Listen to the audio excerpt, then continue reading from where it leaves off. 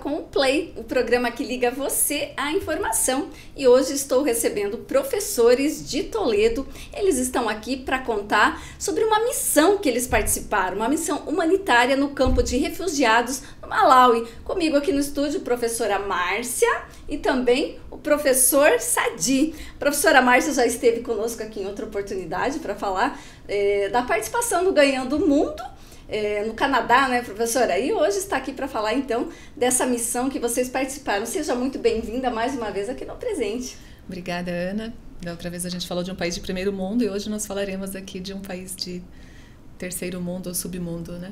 Obrigada. Professor Sadi, pela primeira vez aqui conosco, seja muito bem-vindo.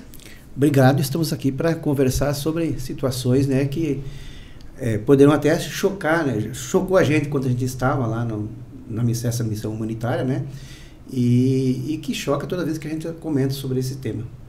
Muito bem, lembrando que o Play tem o oferecimento da Coresul Tintas, proteção e beleza que a sua obra precisa. Professora Márcia, como você acabou de dizer, você teve uma experiência maravilhosa no Canadá, eu lembro que você contou aqui, sempre é aquele impacto cultural, e agora eu tenho certeza que foi muito maior, considerando que o Malawi é o quarto país mais pobre do mundo. Como é que foi isso? Como é que surgiu essa história? Eu sei que você, professor, né, você conheceu esse projeto, essa caravana pedagógica a partir do professor Sadi. Não sei quem quer começar falando, mas enfim, essa caravana existe, ela possibilita que brasileiros né, se dirijam a esse país, que é um país que tem muito um choque cultural, né, considerando que a gente vive hoje no Brasil e em relação a tantos outros países. Eu tenho certeza que é bacana esse bate-papo justamente para dividir com as outras pessoas uma experiência tão bacana e tão marcante, e tenho certeza que não só para vocês, mas para as pessoas que vocês contribuíram de alguma maneira com as suas experiências, com a sua ajuda lá naquele país. Então, eu conheci o projeto através do professor Sadi, né? Este ano eu estou trabalhando no Núcleo Regional de Educação em Toledo. No ano passado eu estava aqui em Marechal, mas continuo morando aqui. Quando ele me apresentou o projeto lá em fevereiro, eu fiquei super interessada. E ele me passou o contato do Ivaldo, que hoje é o diretor do projeto lá no Malawi, né? Malawi é um país da África, né? Como a Ana bem disse, é um dos países mais pobres do mundo, né? O quarto mais pobre. E dentro desse campo de refugiados, hoje a gente tem em torno de 60 mil pessoas, praticamente 60 mil pessoas que moram lá sem uma identidade, né? Sem, muitas vezes, nenhuma refeição por dia, né? Então, assim, foi muito chocante mesmo. A gente vai conversando aqui ao longo desse projeto. E como eu sou da área da educação, uma das minhas paixões é realmente conhecer outras culturas, outras formas de educação. E essa oportunidade foi assim para você contrastar, né? Eu já conheci vários países da América Latina também, em termos de educação. O Canadá, que foi um país de primeiro mundo, né? Que foi um programa no ano passado Ganhando o Mundo. E agora, então, nesse projeto que também foi na área educacional. E, além disso, eu trabalho também com pesquisa voltada para mulheres na minha tese, né? Então, eu também consegui ouvir as histórias dessas mulheres do campo de refugiados, né? Então, a gente agregou tanto a parte educacional de formação dos professores, né? No fundo, no fim, é a gente que aprende muito mais com eles. E também pude fazer essa escuta, né? De vivência de mulheres de uma cultura totalmente distinta da nossa, né? Professor Sadi, como é que esse projeto, a caravana pedagógica, entrou na sua vida? Bem, eu sou professor de História, também estou na gestão de escola, mas sou professor de História e, em princípio, sempre teve um interesse histórico. Por quê? Só para a gente, as pessoas entenderem um pouquinho, né, o contexto, em 94, houve a chamada Guerra de Ruanda, né, o massacre de Ruanda, o genocídio de Ruanda. Ruanda também é um pequeno país, dos menores países da África, onde houve um conflito entre duas etnias, né, questões políticas, né, e que de uma hora para outra, pessoas que eram vizinhas, né, de etnia diferente, que eram amigas, passaram a se matar, se perseguir, né. Enfim, foram quase 900 mil mortos nesse massacre. Então, a ONU acabou intervindo e aí colocou os sobreviventes, né, no Malawi, que também é um país pequeno, né, na África, mas era uma situação provisória, até que fosse resolvido para onde seriam mandadas essas pessoas. E acabaram essas pessoas ficando lá, e hoje não são apenas sobreviventes do massacre de Ruanda. São pessoas que fogem de guerras, de guerras nos países próximos, ali do Congo, do Burundi. São 6 ou 7 países, refugiados em países diferentes daquela região, pessoas que fogem dos conflitos políticos ali naquela região. E aí eu fui convidado pelo professor Evaldo. Professor Evaldo, nós somos colegas estudantes aí da adolescência, né? Mas ele no Rio e eu em Toledo, me apresentou o projeto, e devido a esse contexto histórico, logicamente, eu aceitei. Então eu já participei da primeira caravana em julho do ano passado, de 2023, né? E aí retornei na segunda caravana, né? Na segunda caravana, e aí a Márcia e mais a professora Zenaide de Toledo também participaram do projeto, né? E a gente... o importante é que o projeto está se expandindo, né? Então as pessoas, quando retornam, né, levam essa mensagem nos seus lugares, e está se tornando visível, porque o próprio professor Evaldo tem um livro chamado Refugiados Invisíveis, né? Porque são pessoas que vivem lá sem direito à cidadania. É diferente, por exemplo, de um refugiado da Venezuela, ou de qualquer outro país que chega no Brasil. No Brasil recebe uma carteira de trabalho, recebe a documentação, tem direito à saúde. Então o país acolhe. Nesse caso, no campo de refugiados, não há esse acolhimento. Apenas é um campo de refugiados que funciona dentro de um país e que não tem vínculo com o país. O país não oferece nenhuma condição mínima, né, para essas pessoas, né? Questão de saúde, questão de cidadania. Então, é uma situação que não existe em qualquer parte do mundo, e se tratando de refugiados. Uhum. Professora Márcia, vocês fizeram parte da caravana pedagógica. Eu gostaria que você falasse um pouquinho. São só pessoas ligadas à área da educação? Parece que também tem outras áreas que são contempladas a partir desse projeto? Esse projeto Caravana Pedagógica, ele é mantido por uma organização não governamental chamada Fraternidade Sem Fronteiras, e o Wagner Moura, que é o coordenador, ele que fundou a Fraternidade Sem Fronteiras, ele é de Campo Grande, no Mato Grosso do Sul. Hoje ele mora em Zaleca também, no campo de refugiados. O projeto, se eu não me engano, iniciou no Brasil, né, há 15 anos, fez 15 anos agora.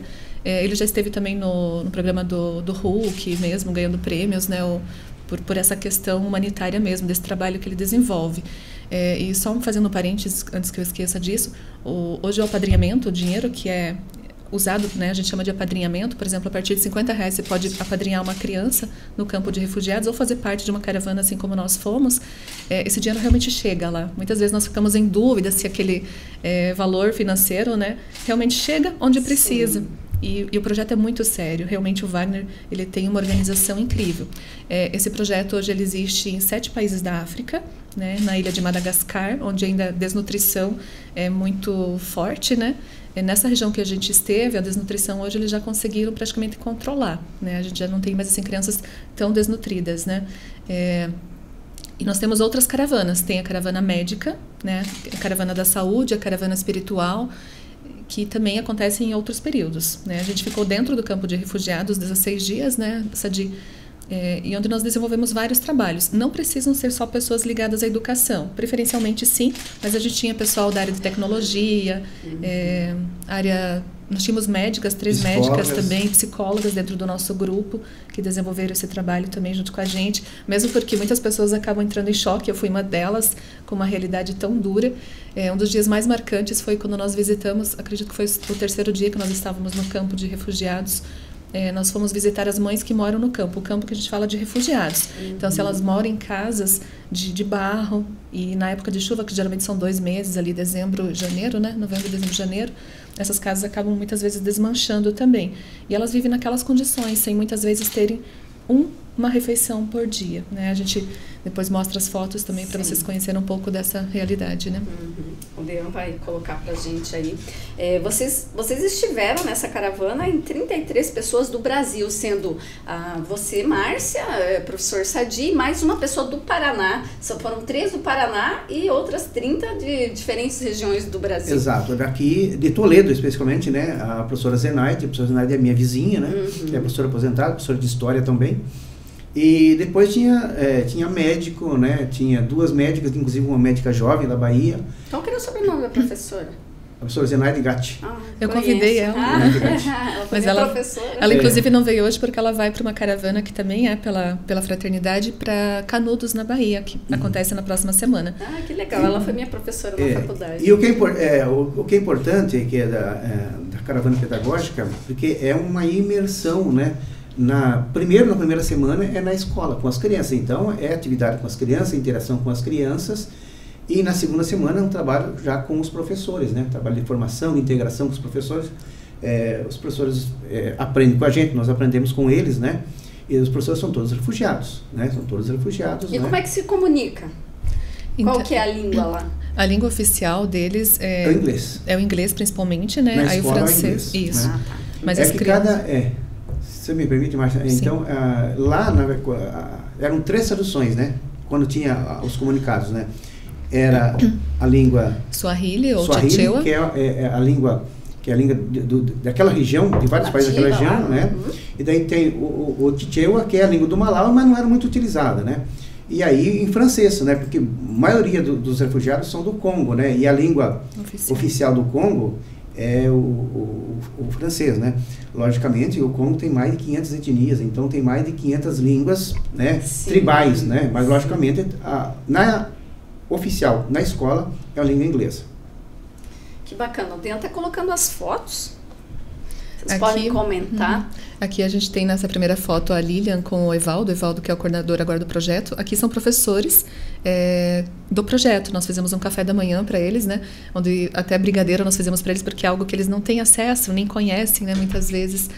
E a Lilian, que era da primeira foto, ela está no projeto há 5 anos. Ela que coordena, que forma os professores, ela é brasileira também. Está lá ela, o esposo e os 3 filhos. Um filho, inclusive, nasceu lá, né? O menor, o Amani, né? O Amani nasceu lá. E agora ela passou ela foi morar nos Estados Unidos. Nos últimos dias que nós estávamos também na caravana, no campo de refugiados, ela foi para os Estados Unidos, ela passou para um mestrado com bolsa na área de direitos humanos. Olha, que bacana. E assim, até ontem ela publicou um pouco, né, de como está sendo essa experiência, ela ter vivido primeiro o que agora ela vai estudar e pôr em prática, né, para tentar também projetos, recursos para aquela comunidade, né. Então, assim, uma pessoa incrível, a Lilian, que coordenou esse projeto, né, que iniciou, que fundou essas escolas, né. A escola, né, a escola como é que chama? Ubuntu Nation School, né. E Ubuntu significa eu sou porque nós somos.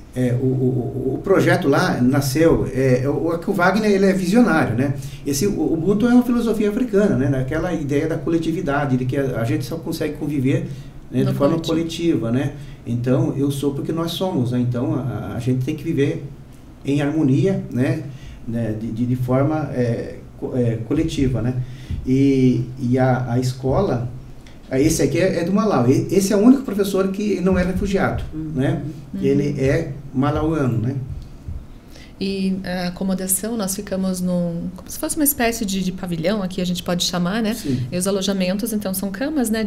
Não sei se eu pus foto aí também, são camas de solteiro, então, de um lado ficamos nós mulheres, nós éramos em 24 mulheres, e do outro os homens, né? Essa professora aqui, ela é mestre, né? Tem mestrado, né?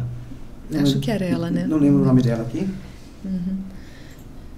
E outra questão, assim, é um local que não tem energia elétrica, né? Não tem água encanada, então nós não tínhamos chuveiro, por exemplo, o nosso banho era de baldinho mesmo, né? De canequinha. E aí no campo de refugiados, na escola Ubuntu, a gente tem as placas solares, então assim que tínhamos energia até uma parte da noite, né? Mas não tem. E também, outra curiosidade, gás não tem, porque é caríssimo, né? Então eles não têm acesso. Dentro do projeto eles fabricam o biocarvão. Então, assim, o projeto tem se tornado autossustentável e ele tem um índice de poluição baixíssimo, né? O biocarvão que é fabricado a partir da farinha de mandioca e mais restos, né? De vegetais, né? Exato, então é impressionante. Olha aí, isso aqui, aí é o biocarvão, né? É a lenha, né, na verdade, né? Para você ver a situação do país, né? Do país pré-capitalista, que é É um país que hoje também é proibido cortar qualquer árvore, mesmo o porque Malawi, sofreu um processo de destruição muito grande nas últimas décadas, né? Então hoje é totalmente proibido. Então esse projeto emprega aí, acho que tem umas 10 pessoas que trabalham aqui também, né? Aqui é a biblioteca do projeto, né? A gente visitou também, teve lançamento de livro de 2 brasileiros esqueci o nome deles agora. Eles lançaram um livro infantil também, e o lançamento foi lá. Sim, né? Que legal. As mães do campo? As mães do campo, então sempre as crianças estão amarradas nas costas. Até 2, 3 anos elas ficam assim amarradas nas costas e as mães trabalham com essas crianças amarradas às costas assim. São elas que cuidam então da horta do projeto, todo o alimento que é produzido, tudo que é comido lá no projeto é produzido Tudo dentro lá. do projeto. Uhum. E o que, que eles comem? O que eles plantam? A principal comida dele chama-se cima, que é como se fosse um milho branco, feito a partir de um... Né? É um milho branco. O feijão e arroz do Malawi, né? É o prato principal, né? Cima. É o cima, que é um mingau, uma polenta de milho branco e misturado com vegetal. Né? Dentro da escola, né, que a gente acompanhou, então dentro das salas na primeira semana, que tem a partir da educação infantil, até o 5º ano nós tínhamos, né? Então cada ano vai aumentando uma turma gradativamente. Até julho o projeto atendia 400 crianças e agora ele passou a atender, né? Eles voltaram agora das férias, que é diferente aqui no calendário europeu, 900 crianças. E Márcia, só perdoa te cortar, mas uma coisa interessante, pode até segurar um pouquinho essas fotos aqui. Esse é o modelo de casa. Casa, é um barraco. E qual é a realidade geral? É assim, uma mulher com 5, 6 filhos, sem marido. E geralmente cada filho de um pai diferente. E o cruel, né, Sadia, acho que a gente tem que pontuar isso, que são crianças frutos de estupros, em sua maioria. É uma questão cultural, né? E o que mais... eu não tive essa experiência na primeira caravana. Que isso, na verdade, não... foge um pouquinho do foco na questão pedagógica. Então, nessa segunda caravana, eu acho que foi estratégia do Wagner, ele encaminhou os caravaneiros para essas casas, para ver a realidade lá, né? Porque a gente não conhecia, porque quando estivemos lá a primeira vez, ele só fez o trabalho dentro da escola, ficava na escola, porque a escola é separada do campo, né? Ela não fica dentro do campo, ela fica ao lado do campo. Sim. A escola e o projeto, né?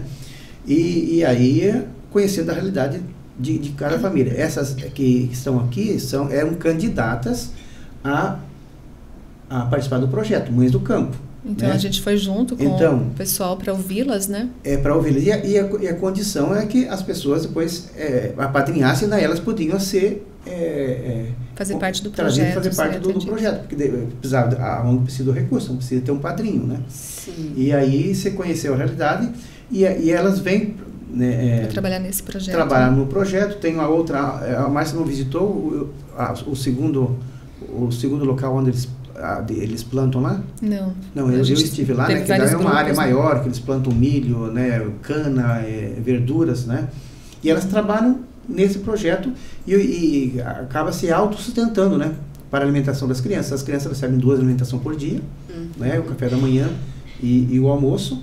E a comida que em casa elas não vão ter, né? Pela realidade que a gente viu lá. E a comida é o que a gente falou antes, a partir desse milho branco, né? Que pela manhã eles comem em forma de mingau, né? Fica um mingau branco, sem açúcar, porque é caríssimo, né? Sim. E ao meio-dia, então, elas recebem essas 2 refeições. Ao cima, como se fosse uma polenta branca mesmo.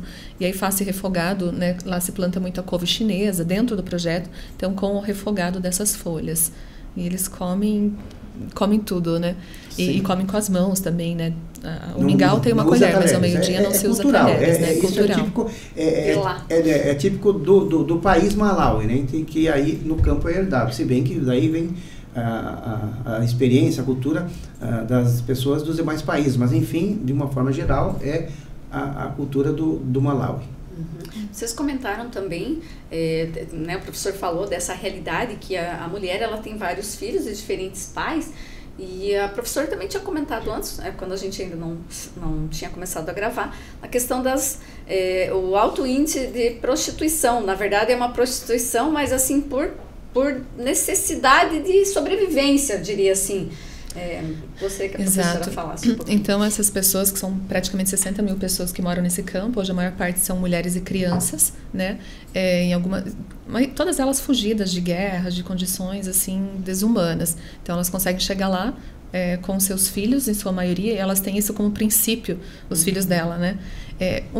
A África, de forma geral, é um país ainda muito patriarcal. onde as mulheres não têm direito praticamente a nada, nem ao prazer. Então, assim, essas crianças, como eu falei antes, elas são, em sua maioria, realmente frutos de estupro, e das conversas que eu fiz, escutas com mulheres que pretendo transformar em livro futuramente, elas deixam isso muito claro. E hoje elas já não querem estar naquela condição, né? As professoras do projeto também, dentro da Igor School, que foi uma escola que é dentro do campo de refugiados, mas não é do projeto Ubuntu. E que é apoiada, né, pelo projeto, né? Exatamente, apoiado pelo projeto. Elas têm isso muito claro, a nossa voz não é ouvida. Mesmo que a gente tenha ideias muito boas, a gente não é ouvida. E um dos projetos que eu também participei, que foi a Letícia do Rio de Janeiro, que é uma das coordenadoras do projeto, ela mora no Brasil, desenvolveu lá, foi sobre dignidade menstrual. Então, assim, nós levamos mais de 1.000 coletores menstruais, absorventes de pano, e fizemos toda essa parte educativa. Inclusive, vai ter uma formação agora, 3 sábados seguidos, para a gente também continuar com esse projeto, desenvolvendo, né, sobre a dignidade menstrual. Elas não têm condições de ter o mínimo de higiene, porque não tem nem água, né?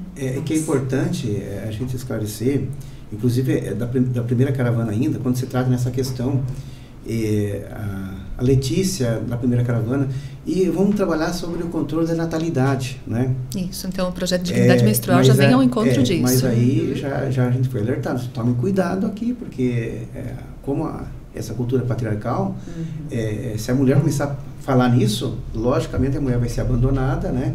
Então, todo esse cuidado que a gente tem que ter também lá de levar uma inovação, e em vez de uma melhoria, levar um prejuízo em relação à própria convivência e agravar mais a situação da mulher, em função de uma questão cultural, né? Uma questão cultural.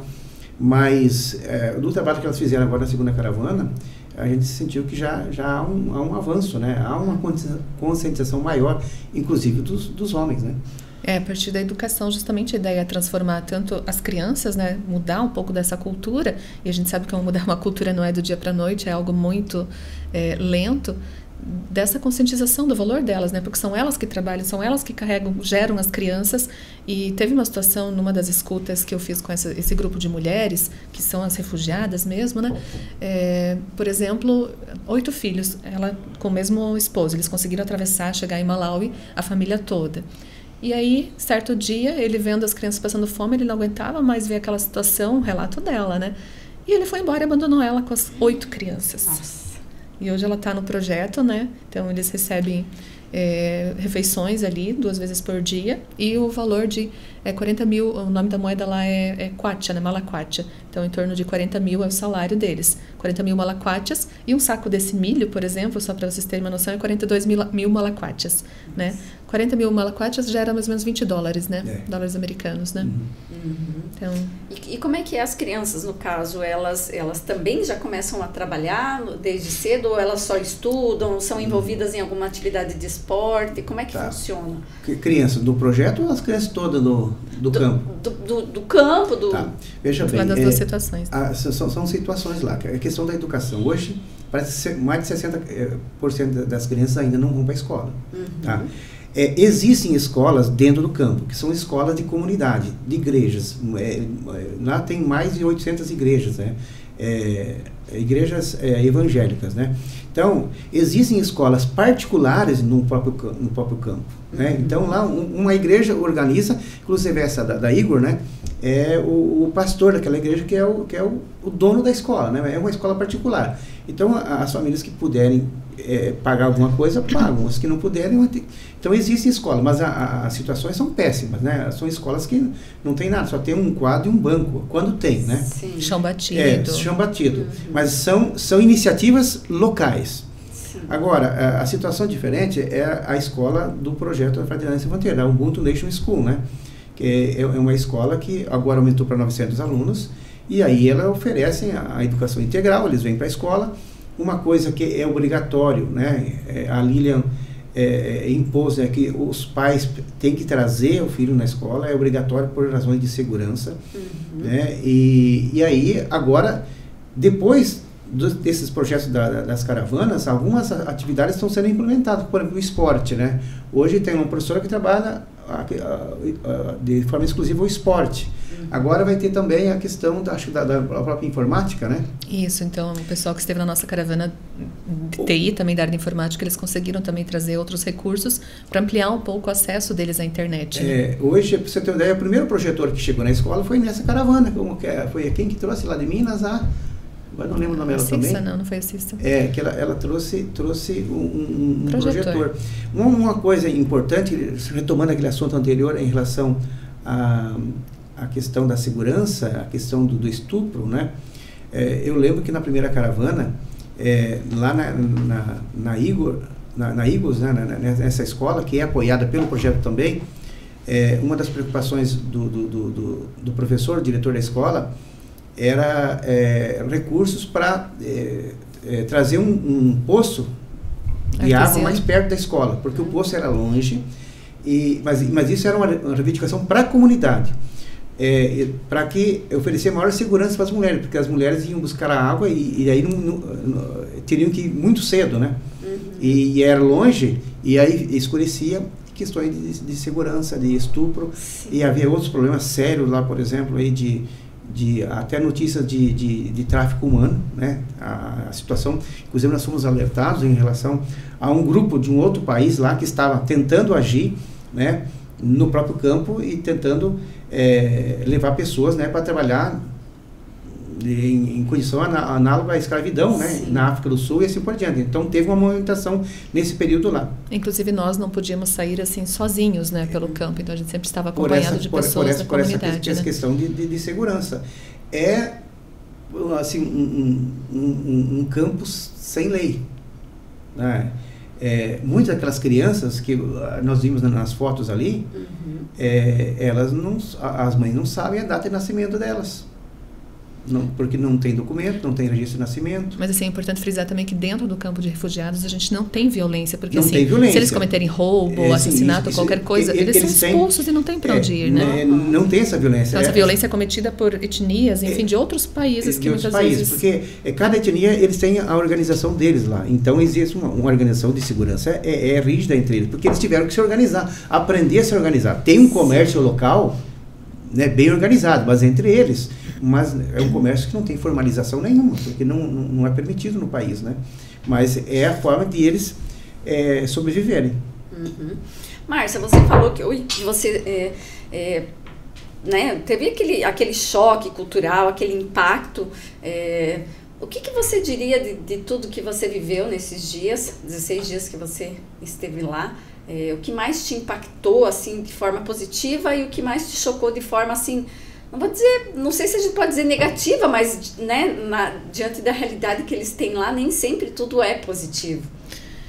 Por mais que eu estava me preparando, né, psicologicamente tudo para esse projeto, né, e sabendo um pouco da realidade, porque todo mês a gente tinha uma formação online via Meet, né, com o Evaldo e os outros coordenadores do projeto, inclusive com a Lilian, que estava morando lá, né.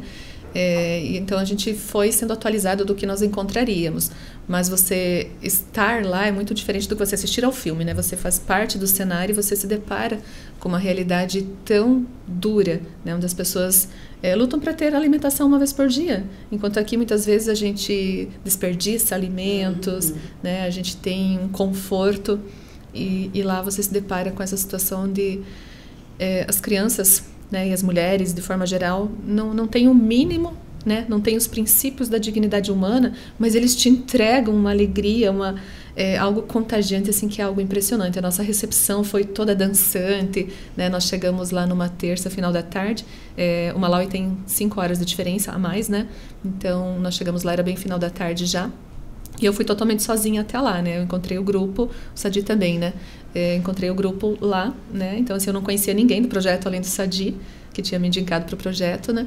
E foi, assim, uma tomada de medo, mas ao mesmo tempo eu sempre tive desejo de fazer parte de um trabalho humanitário, né? E quando surgiu essa oportunidade, falei, agora que eu vou, né? Então, de você poder fazer esse voluntariado, de você se doar o seu tempo, que é algo hoje tão caro que poucas pessoas fazem, né? Só que ao final das contas é você que volta totalmente tomada por aquela energia, né? Uma lição de vida, ela é transformadora, Ana Paula. É transformadora. E isso te motiva a fazer ter outras experiências? Eu imagino que geralmente quem conversa com quem, né, se doou, né, viajou para algum país, ou seja, para ajudar nesse tipo de missão humanitária, geralmente não fica nisso. Como é que é contigo, Márcia? A primeira semana foi muito difícil para mim, né? Justamente por eu ser defensora, né, das causas femininas, enfim, feministas, das mulheres, e aí me deparar com uma realidade onde as mulheres precisam dar conta de tudo isso, né? E não tem o princípio do direito, né, de sobreviver praticamente, de não ter um alimento, e são elas que sustentam a casa, são elas que cuidam dos filhos, né, e quando você vê uma realidade tão dispara entre homens e mulheres, né, e onde os direitos, inclusive, teve uma tribo que relatou pra gente, por exemplo, uma mulher, se o esposo, por exemplo, ela estiver casada, desconfiar que ela traiu ele, por exemplo, ela vai ser castigada, morta, tem que comer uma galinha viva em praça pública.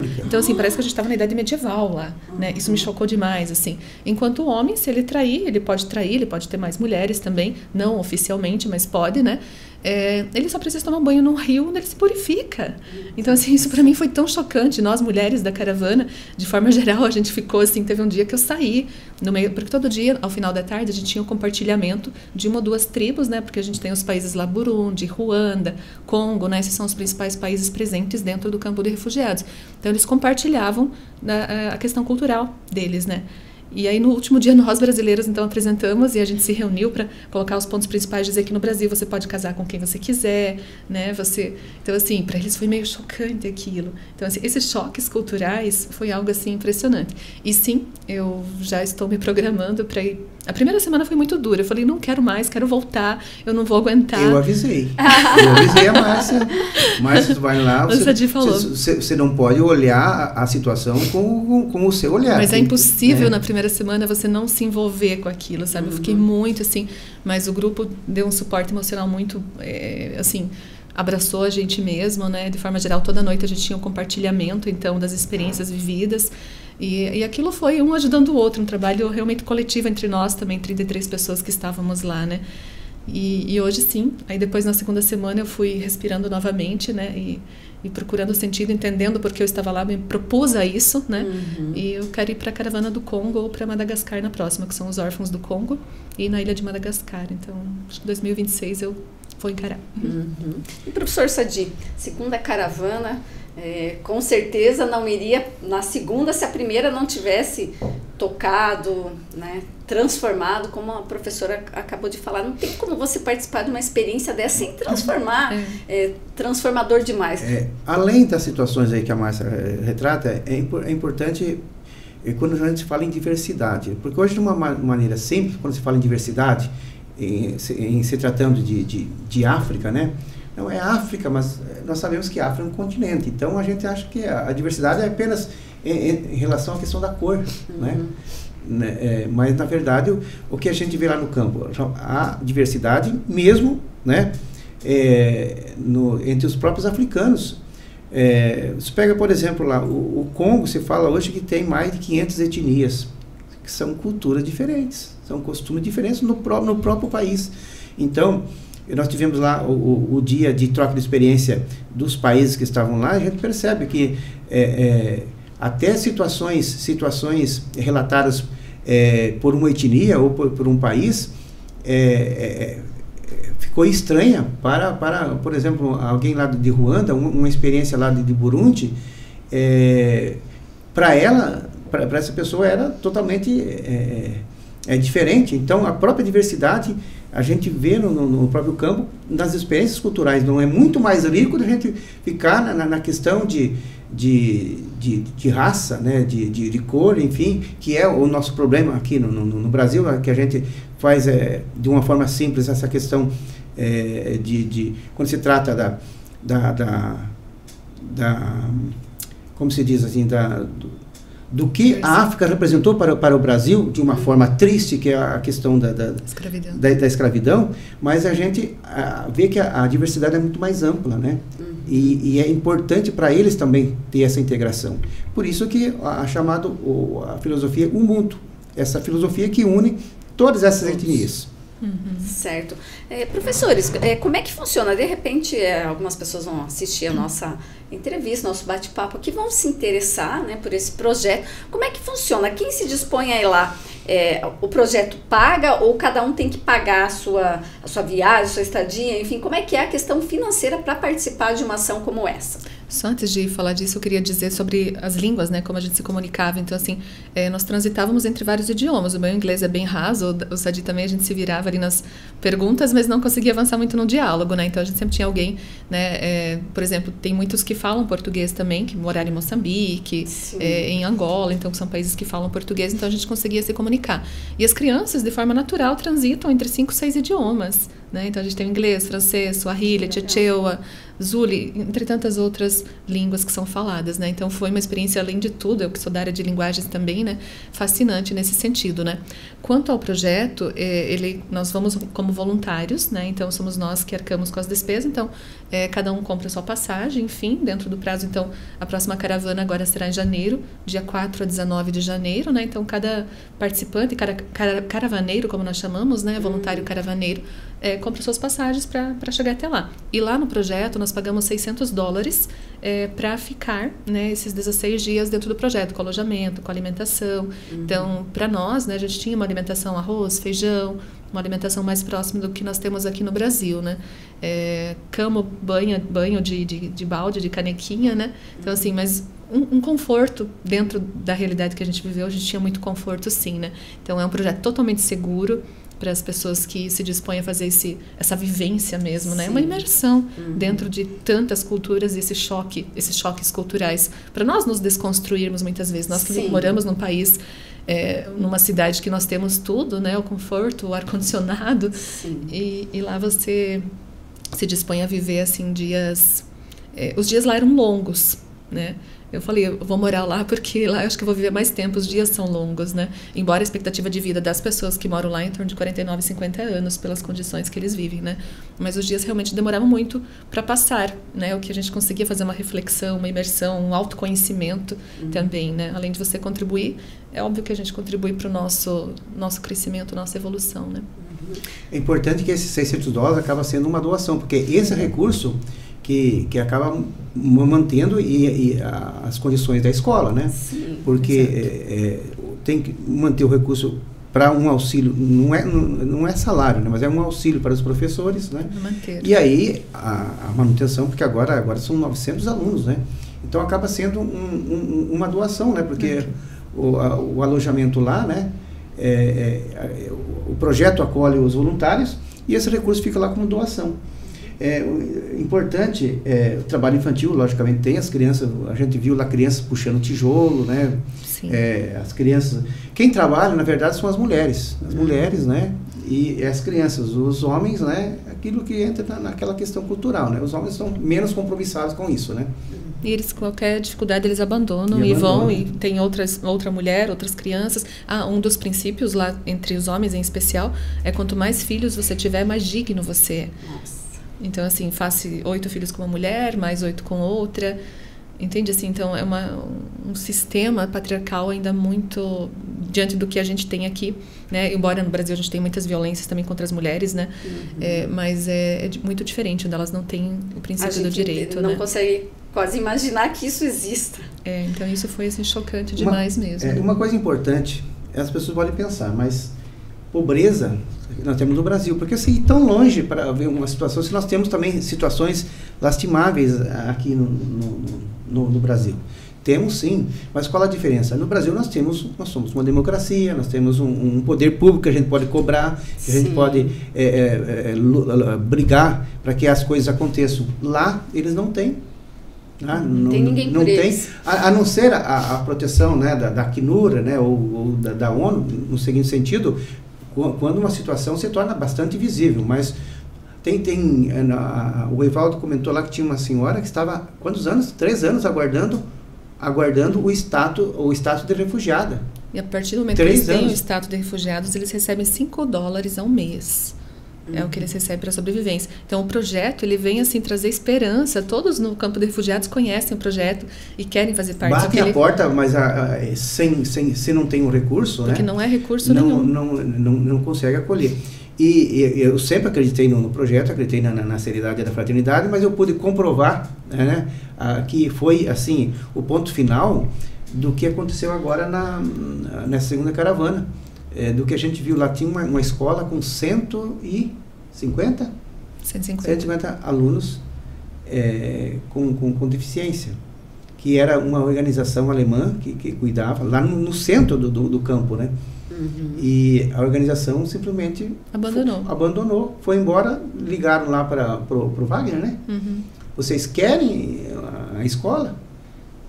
Né? Então, se não quiser, nós vamos fechar. E a escola sem recurso nenhum, tinha que ter um orçamento, imagina, com 150 crianças para atender, mesmo sem orçamento, sem condições, o Wagner assumiu a escola e o projeto está andando lá. O Wagner é o fundador do projeto, né? Assim, o Wagner é um ser humano incrível, iluminado, né? Ele junto com a Clarissa, que são um casal, hoje eles têm 16 filhos biológicos, um filho biológico e 16 filhos adotados. Que legal. Né, que eles moram lá ou aqui no Mato Grosso? Eles moram dentro do projeto, lá em Zaleca, no Malau. Moram lá. Certo. Você falou da terceira edição no Caravana, tem um convite, inclusive, aí. Quem que vai fazer o convite? A gente já falou dele, mas eu não lembro agora. O professor Evaldo, né? Ele coordenava as caravanas aqui do Brasil e agora, com a ida da Lilian para os Estados Unidos, né? Ele foi convidado, né, pela Clarissa, né, para assumir a direção da escola, a gestão da escola, e ele está lá nesse momento, né, e já quer fazer um convitinho aí para a terceira caravana. E lembrando que os princípios da fraternidade, ela não é de uma organização religiosa, né, ela trabalha como princípio a fraternidade e a irmandade. Independente de qual religião, independente de qual crença religiosa, política, então assim, é algo assim fascinante. E o Evaldo, então, ele gravou um vídeo ontem, eu pedi para ele gravar, fazendo então esse convite para a terceira caravana pedagógica que acontecerá agora em janeiro. Então vamos ouvir. Olá pessoal, tudo bem? Eu sou o professor Evaldo e estamos tocando aqui a Ubuntu Nation School, uma escola que hoje atende mais de 900 crianças refugiadas e malauianas, e emprestando um pouquinho da nossa experiência em muitas escolas e propostas pedagógicas diferentes no Brasil para esse projeto lindo de inclusão, de superação, de transformação dessa realidade aqui. Um convite, um desafio, uma provocação para você que já pensou ou que nunca colocou no seu radar a experiência de uma vivência humanitária. Sadi e Márcia já estiveram aqui vivendo esse momento de imersão profunda. Em janeiro, temos mais uma caravana vindo para cá. Que tal, hein? Se não agora, quando? Fica a dica, qualquer dúvida, estou à disposição. É algo que transforma, que impacta, que muda profundamente a nossa maneira de enxergar o refugiado, a África e a educação. Sinta-se convidado, convidada. Um abraço a todos. Realmente uma provocação. Exatamente. Que bacana. É pessoal que quiser, de repente, tiver um interesse, ou que quiser conhecer um pouquinho mais, tem uma rede social Tem a Fraternidade Sem Fronteiras, não sei, eu mandei para você. Tem o site, né? Tá. Lá no Fraternidade Sem Fronteiras, né? No Instagram. E arroba Fraternidade Sem Fronteiras no Instagram, mas no site Fraternidade Sem Fronteira, lá vai aparecer os vários projetos que ela tem, nos vários países, né? Então, pode procurar lá o Malawi, a Ubuntu, o projeto Ubuntu, né? Especialmente desse projeto lá. E é importante, em algum ponto lá, deve estar já a inscrição, né? Isso, tem o link já para inscrição de quem quiser participar. E as pessoas que se inscrevem depois, né? Logicamente vai ter um processo de seleção. Se tiver um número maior de candidatos que, em relação à capacidade lá de alojamento, né? E aí faz uma seleção. Provavelmente deve aquele que está mais preparado. Mais preparado, né? Mas mesmo assim, quem não puder ir ou quem nunca sentiu no coração de vivenciar realmente essa imersão, também pode contribuir a partir de R$50 apadrinhando uma criança. Apadrinhar uma criança. Se apadrinha uma criança, é uma criança a mais que eles conseguem colocar no projeto, escola, que é R$50 por mês, né? Tira essa criança da rua e... Não é nem da rua, é das condições subhumanas, né? Sim, exatamente. E a questão da alimentação, porque é o único lugar que elas vão ter 2 alimentações diárias. Sim, o que a gente pode garantir é que o projeto é super seguro mesmo, por mais que a gente falou que tem todas essas nuances, né, de tráfico humano e tal, mas dentro do projeto a gente estava em total segurança, né? Então não precisa ter medo. Ela é fechada, tem segurança, a escola é fechada, tem segurança, né? Segurança mesmo, contratada, né? Sim. quando a gente vai para o campo também, tem segurança. Não é, como a Márcia falou, não tem problema assim dentro do campo. Era essa questão que estava acontecendo por causa dessa organização que eram quadrilhas, né? Que estavam lá tentando levar refugiados, né? Convencendo a sair do país. Porque, na verdade tem pessoas que conseguem sair de lá. Inclusive, da primeira caravana, tinha uma professora lá que era especialista em contação de histórias, né? Ela conseguiu ser reassentada. Ou seja, tem pessoas que conseguem ainda, foi reassentada nos Estados Unidos. Né? Não, no Canadá. No Canadá. Hoje, inclusive, participei de uma formatura também, que era um curso oferecido pelo Canadá, né? Um dia a gente caminhando pelo centro, o dia que nós fomos visitar o hospital e a feirinha, né? Até apareceram as fotos também, por exemplo, o sal, o óleo tem preço de ouro, então eles vendem em pequenas quantidades, como 10 ml, por exemplo, em saquinhos, né? Que antes apareceu ali também só para falar das condições que eles têm sobre os alimentos. Chega né? E óleo, aí, acho que é $10 lá, 1 litro de óleo. É caríssimo. E aí a gente participou de uma formatura, né, que era um curso de 3 meses, para eles tentarem uma bolsa, então, para ir para o Canadá. Né? E assim, vários projetos dentro, no último dia que nós estávamos lá, chegou uma caravana também da França, né, da energia solar, se eu não me engano. Sim. Era aquela. Então, assim, o tempo todo, né, tinha dos Estados Unidos uma caravana também de jovens de qual que era?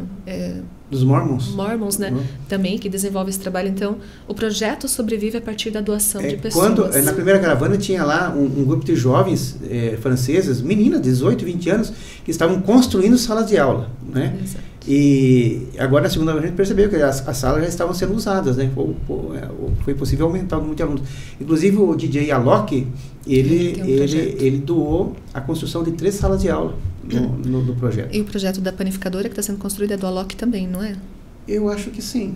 É uma doação também do Alok, uma panificadora lá. Para eles produzirem pães e serem autossustentáveis também nesse sentido. Né? Isso mostra, você falou, né, da questão da participação no programa do Luciano Huck e tal. Se não fosse algo sério, com certeza também não teria esse reconhecimento, não ganharia essa visibilidade. E a história do Wagner é muito interessante, porque assim, ele fundou uma empresa, ele tinha esse sonho de ajudar pessoas, ele começou em Campo Grande, e realmente tem que destacar pessoas assim, né? Ele é visionário, assim, dentro da humanidade, né?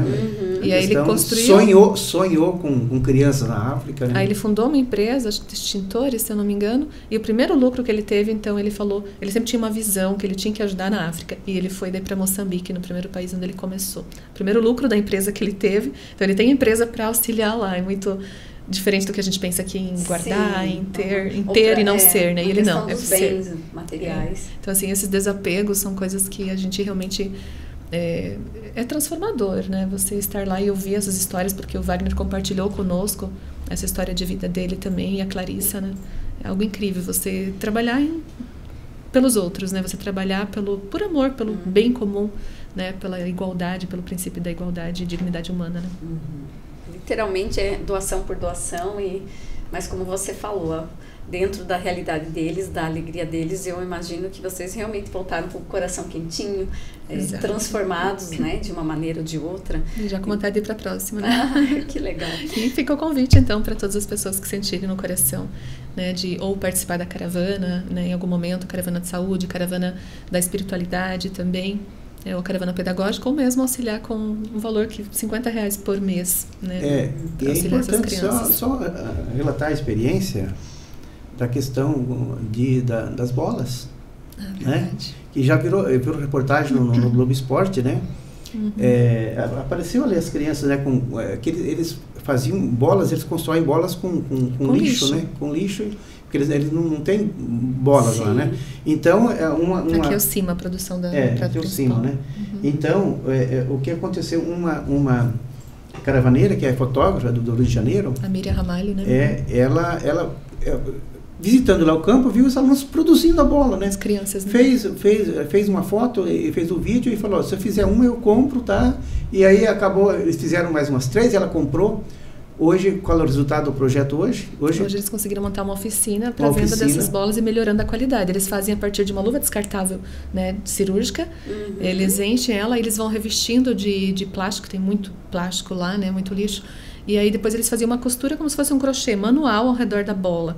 E aí o ventil eles colocavam com uma mangueirinha, né? E aí eles enchiam com uma seringa, né? Essa bola. Impressionante. E aí ela que viu isso, né, ali na rua, eles produzindo, né, no meio do campo de refugiados, e trouxe a proposta pra gente, e aí foi divulgado, virou notícia também no Globo Esporte, há poucos dias, né, foi divulgado também, e teve assim uma ajuda muito grande, que eles conseguiram montar uma oficina agora de bolas para transformar a realidade também desses jovens. Essas crianças. Bolas aí. Não, essa questão os carabineros elas levaram, estão né? dentro ainda. Ele aparece em algum momento ali, um menino está com uma bola de pano, né?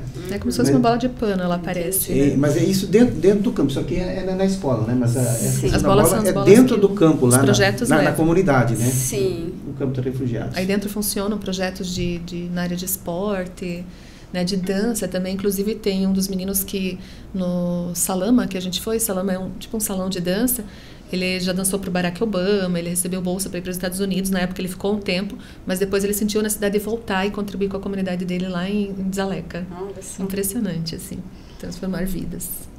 Que bacana, agradecer então a professora Márcia, professor Sadi, tirar um tempinho aí na agenda, vir compartilhar conosco essa experiência, essa missão humanitária num campo de refugiado, que realmente é algo assim que a gente para pensar, mesmo quem não participa, né? Nunca participei, mas assim, quando a gente escuta o relato, toca de alguma maneira e na hora a gente reflete sobre o que a gente tem e às vezes reclama, não valoriza, talvez como deveria, uma realidade tão distinta, tão diferente. E parabenizar, né, pela iniciativa de vocês e que vocês se sintam tocados para seguir fazendo esse trabalho, que eu tenho certeza que não adianta a gente só falar se a gente não agir, né? E vocês estão de parabéns por isso, porque vocês não só enxergam, vão lá e colocam a mão na massa de alguma maneira para contribuir para que o nosso mundo seja melhor.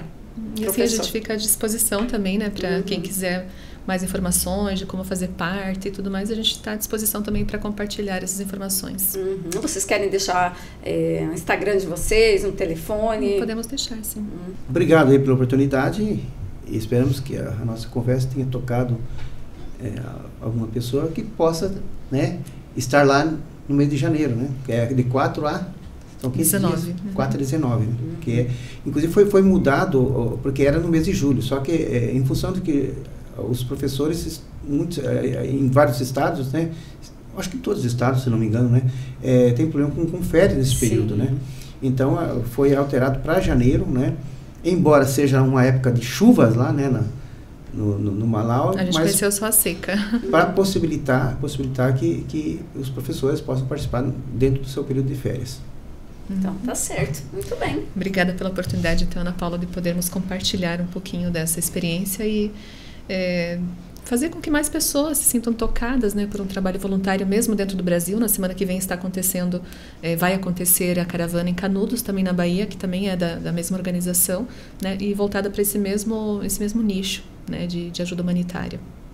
Que bacana. Espero que a nossa entrevista, o nosso bate-papo contribua aí para tocar os corações e inspirar pessoas igual vocês, fazer a diferença. Começar o ano de 2025, quem sabe, né? Ajudando e transformando vidas, não só de quem participa, mas daqueles que são beneficiados por essa missão. Exato. O Play vai ficando por aqui, lembrando que este programa tem um oferecimento da Coração Tintas, proteção e beleza que a sua obra precisa. Siga as nossas redes sociais e fique por dentro de tudo que acontece em Marechal e região. O presente, você bem informado.